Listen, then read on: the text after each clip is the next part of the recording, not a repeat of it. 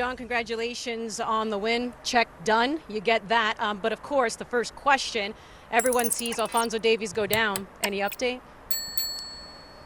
I think he's all right. He was sitting on the bench smiling, so yeah, I think he's fine. We were trying to get him out at the 55th minute just before it happened, so you know, this is what we've got to do. I think wrap those players up in cotton wool, but I think at the same time, you know, they're pretty tough.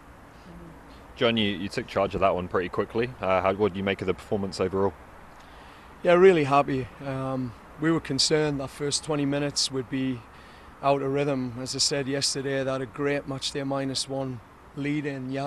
The field was good, tactically they were on point. And I thought the first 20 was probably their best 20 minutes of the game. They really took hold of Qatar and showed, you know, when we're fully focused and on point, that brotherhood, the connectivity, and then the tactical excellence with individual quality. Yeah, it was all there to see for that first 25, 30 minutes. I thought they were unplayable. Well, and a great point, because I mean, a lot of people would say, all right, 49th ranked Qatar, 43 ranked Canada, maybe the test will be a little tougher or a little bit more on par, but Canada just really took over in that game. Is that also just a testament to this team and what they can do? Yeah, I think we know the quality of Alphonso and Johnny David, but I think you've seen Kyle Larin, a lot of questions people had about will he be fit, will he be ready for this game, and yeah, I think he showed, you know, those players that play around the Alphonsos and Johnnies, they keep stepping up. Alistair Johnson, I thought, was brilliant tonight. Stefan Eustáquio again. And then, you know, when we made the changes, we were still able to show, you know, real high-quality football, good tempo. We had a lot of good chances in the second half. I'd like to have seen more goals, but to keep a clean sheet away from home, and our first trip away for 4 years, I mean, yeah, we're pretty happy. You mentioned Johnston there. It seemed like him and Kamal Miller were given real license to be aggressive in this game. Is that something where you maybe think the team can evolve a little bit in terms of the attacking problems you can cause?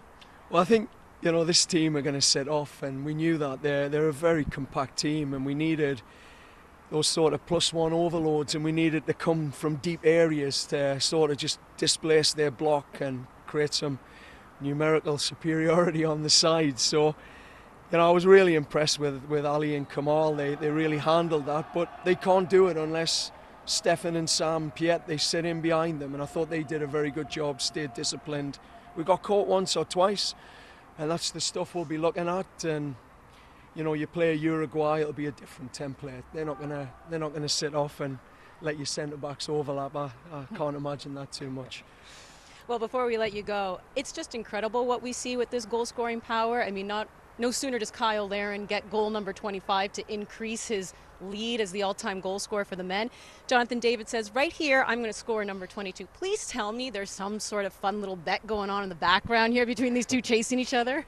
They just love scoring. I think, you know, when they play for this country, with the quality they have around them, they just get great service. But what I'd point to is the work they put in. I mean, Kyle's numbers were off the charts tonight. We were watching the live GPS numbers on the sideline, and you know, he's putting a shift in. And if you know about Johnny, he's probably the most hard-working centre forward in, I wouldn't say world football, but definitely he's up there.